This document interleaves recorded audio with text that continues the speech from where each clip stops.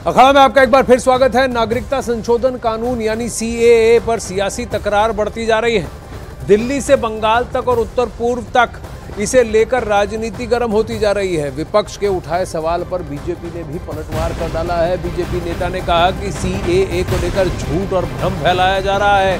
BJP ने इसे विपक्ष का प्रोपेगेंडा बताया।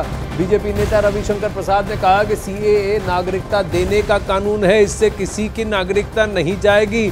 जबकि इससे पहले दिल्ली के मुख्यमंत्री अरविंद केजरीवाल ने सीएए पर सवाल खड़े कर बीजेपी पर निशाना साधा। उन्होंने कहा कि सीएए से भारत में लोगों के रोजगार पर दबाव बढ़ेगा।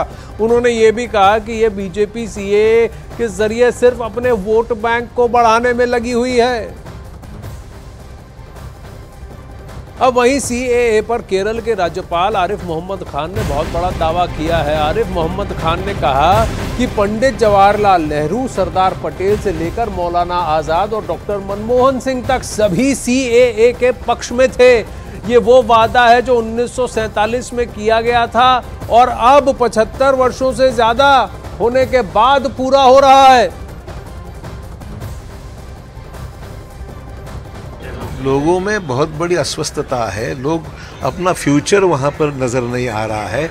लोग कहते हैं कि भाई भाजपा कम से कम एक राष्ट्रीय स्तर पर बढ़ती हुई पार्टी है, काम करने का मौका है, देश का फ्यूचर है और सबसे अहम बात है कि मोदी जी जैसा नेतृत्व वहाँ उपलब्ध है। ये अब वहीं देश में सीएए लागू होने के साथ ही नई बहस शुरू हो गई है। अरविंद केजरीवाल इसे बदतमीजी बता रहे हैं। केजरीवाल का कहना है कि इससे हमारे युवाओं की नौकरियां खतरे में आ जाएंगी। बीजेपी ने केजरीवाल पर पलटवार किया है। रविशंकर प्रसाद ने कहा कि विपक्ष देश में भ्रम फैला रहा है। ये क्या बदतमीजी है कि बांग्लादेश के, पाकिस्तान के और अफगानिस्तान के लोगों को हमारे देश में लाके बसाएंगे और उनको हमारे बच्चों के हक के रोजगार उनको देंगे। ये लोग कह रहे हैं कि 2014 के पहले आए हुए घुसपैठियों को इन नागरिकता दी जाएगी। ऐसा नहीं है, ये तो शुरुआत है। एक बार ये सिलसिला चालू हो गया, एक बार दरवाजे खुल गए तो फिर बहुत बड़ी संख्या में पाकिस्तानी और बांग्लादेश से लोग भारत में आने लगेंगे। सीएए के नाम पर सांप्रदायिक उन्माद फैलाने वालों से मैं एक ही बात कहना चाहूंगा, कृपया करके झूठ का व्यापार करना बंद करें।